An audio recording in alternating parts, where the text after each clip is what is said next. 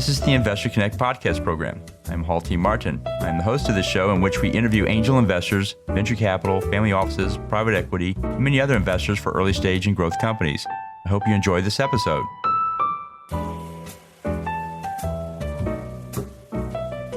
Investor Connect is a 501c3 nonprofit dedicated to the education of investors and startups for fundraising.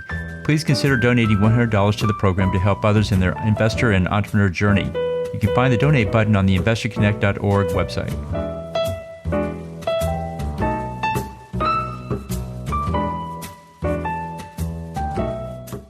Well, hello, this is Hall Martin with Investor Connect. Today I'm here with Kristina Chapple, Director of 11 Tribe Ventures. 11 Tribes Ventures is an early-stage venture fund that proactively invests in the well-being of entrepreneurs. The company provides innovative, founder-focused venture capital investment to early-stage technology companies in non-traditional technology hubs across the country. Kristina, thank you for joining us. Paul, it is so great to be here. Thank you for having me. So tell us more about your background before joining 11 Tribe Ventures.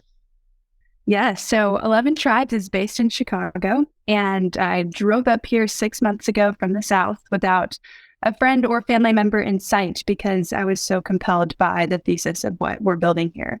I have a background in city planning and entrepreneurship. Back home in Atlanta, I launched 2 community engagement initiatives, one at my school and one in the greater Atlanta community, which both scaled up and brought me to UNC Chapel Hill on scholarship with a program called Moorhead Kane, which punted me into a number of different environments, giving me experience in teaching and consulting.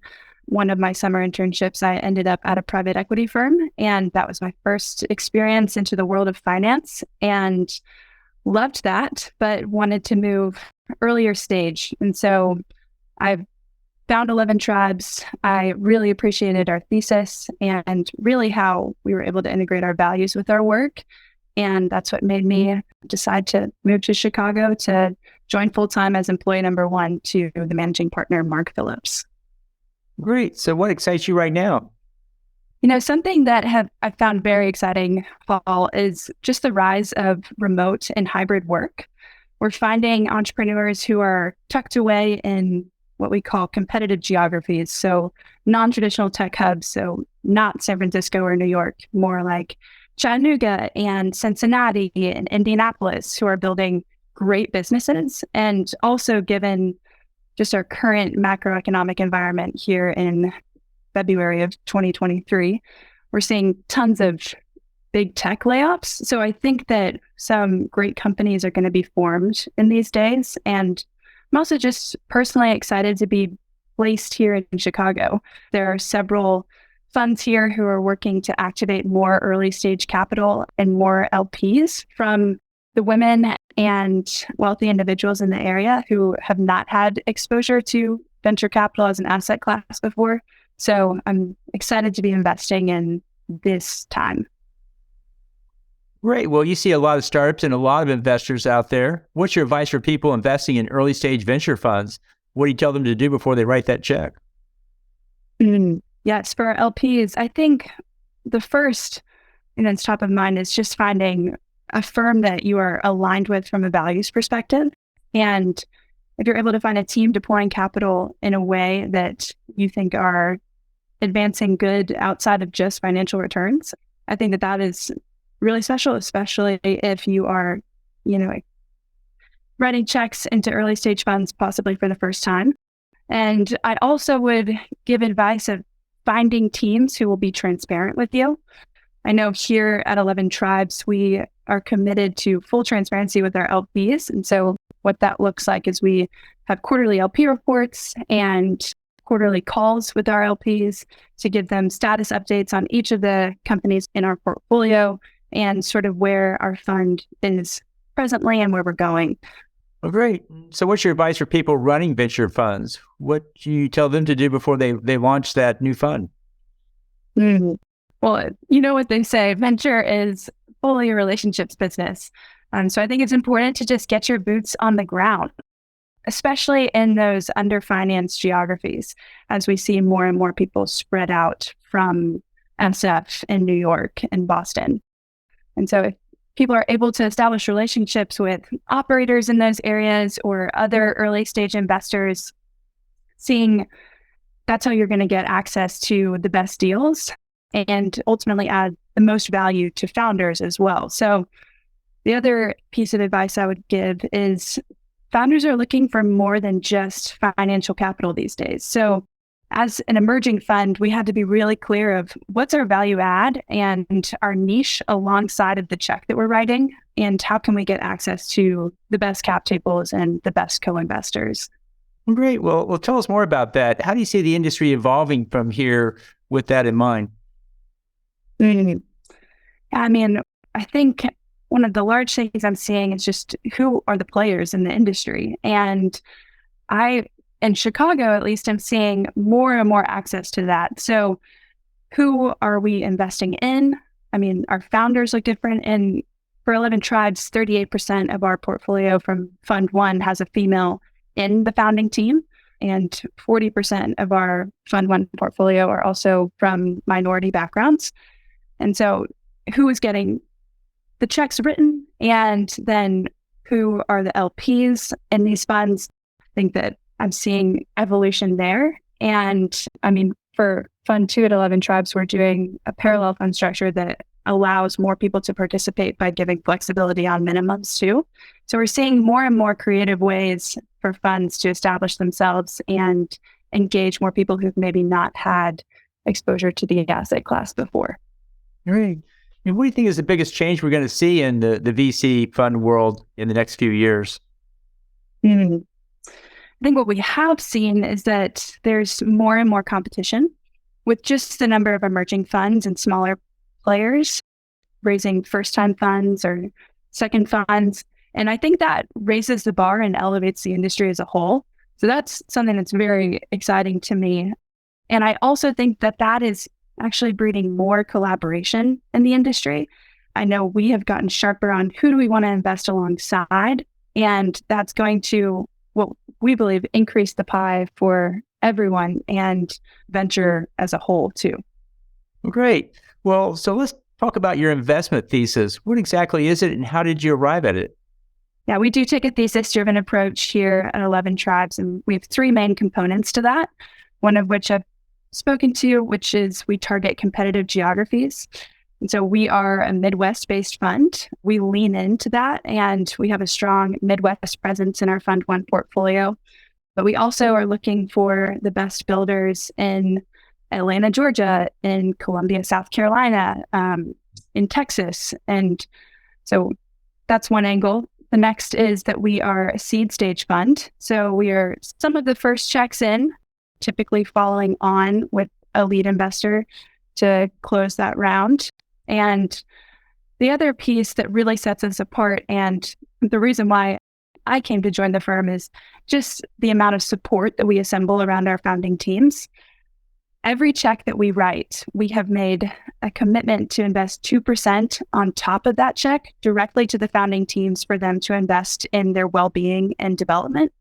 And so usually that looks like we're writing $250K to $300K checks, which means those founders are getting $5,000 to $6,000 in a bank account for them to use either on an executive coach geared specifically for founders or for a therapist. I know my managing partner, Mark, has sat across the table from countless founders who have said, if only you were here 5 years ago when I was raising my round, then maybe I would still be married or I would still have a relationship with my children.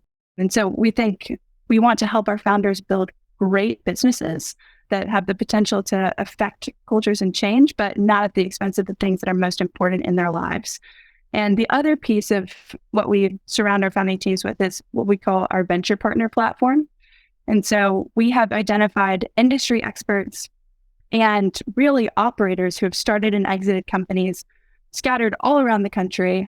I mean, most of our venture partners are located in these competitive geographies, and they come on to be a mentor and coach to that founder, getting in the trench with them, and we compensate them with GP carry here at 11 Tribes. So we are trying to rethink the traditional business model of venture and how we allocate resources to allocate more around our founders that will increase the pie for all people touching.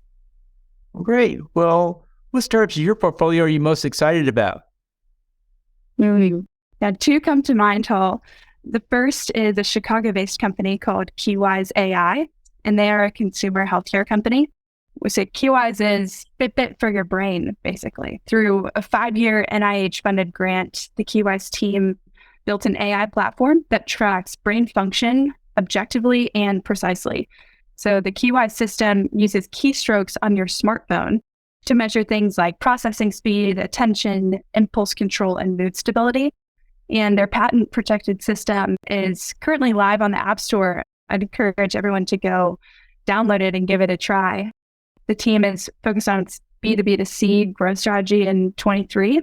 They're targeting hospital systems, clinics, and outpatient entities that will use the platform to help track patient health and adherence post-hospitalization. And the other company in our portfolio that we are really excited about is a Cincinnati-based company called Get Together. They play in the future of workspace. And Get Together is building the fastest, easiest way to schedule meetings by embedding AI directly into any messaging platform. So think text, Slack, Teams, and even email. And fundamentally, Get Together believes that any human connection today starts with a message, and they want to be the platform that makes connecting frictionless. They just received follow-on capital from Drive Capital, which is one of the largest funds in the Midwest. And they just closed a patent application for their cross-channel chat AI scheduling feature, making Get Together the only centralized scheduling AI that can be used across multiple communication channels. So we're very excited for both of those teams. Those sound like great startups. Congratulations on those. So what do you think are the main challenges early stage venture funds face today?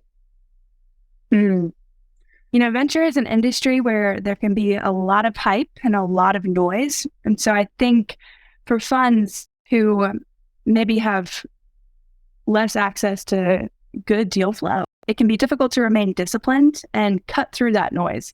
I mean, we see ChatGPT being on every news article today, and any startup that is now touching AI or generative AI, it's easy for those valuations to become inflated. Here at 11 Tribes, we really do remain disciplined. Our average valuation cap in our Fund 1 portfolio is just under $8 million. We made the bulk of our investments in 2021 and early 22. So that was a time when valuations were very inflated and we were able to stay anchored. So I think that is a challenge for an early stage fund. And then also just making sure that you have a comprehensive due diligence process. I know here we have quite a hefty process. I run point on that. And we're not just going with even what our co-investors have to say, but we have a lot of framework on how we vet companies, and not even just the financial side or industry trends, but we also administer personality assessments to our founders with the Colby Index and StrengthsFinder to ensure that our founding teams are the best people to build and are equipped well with teammates with complementary skill sets that allow them to, what we say, ride a lion and live, which is basically what our founders are doing here. Well, great. Well, you see a lot of new businesses and business models and technologies out there. If you could start a business tomorrow, what would that business be? I love this question, Hall. I toyed around with starting a Pokemon Go for intentional acts of kindness. I was going to call it the Love Challenge. And, I think for my generation, Gen Z, it's easy to kind of live for these mountaintop moments in life and discount the beauty amidst our mundane daily rhythms. I think even with possibly a downside of remote work is just people are not being as neighborly or tethered in communities. And so I think if we are able to shift our perspective and build habits to be on the lookout for other people and make small differences or build a small amount of margin into our day to more meaningfully connect with the people around us, that will have a massive impact on communities as a whole and our own lives as individuals. Well, great. Well, in the last few minutes that we have here today, what else should we cover that we haven't? Language that we use here at 11 Tribes is we want to help our founders build without burnout. And I know for entrepreneurs particularly, this is a population of people who really deal with mental health issues. So I think making sure that you are a healthy founder, which will then hopefully lead to a healthy company and healthy employees and healthy returns for LPs. It's just really important to not compromise on those most important things in life by being head down, trying to make something from nothing. So, and then also I think it's important to note that venture as an asset class performs particularly well in recessions. I know Cambridge Associates has some really strong data out there that I'd encourage everybody listening to this podcast to go and check out. But even for a median venture fund, median performance is 2.4x. So you're doubling your money and then some. 11 Tribes we're setting out to be a top decile fund. So hopefully we are returning much more than 2.4. But I think typically people see venture as this boom or bust area, when in reality, those numbers actually are quite different. So doing research is key. All right. So how best for listeners to get back in touch with you? Listeners can find me on LinkedIn and find 11 Tribes on LinkedIn and Twitter. It's the best way. Great. We'll put that in the show notes. I want to thank you for joining us today and hope to have you back for a follow-up soon. Thanks all. Pleasure to be here. Investor Connect helps investors interested in startup funding. In this podcast series, experienced investors share their experience and advice.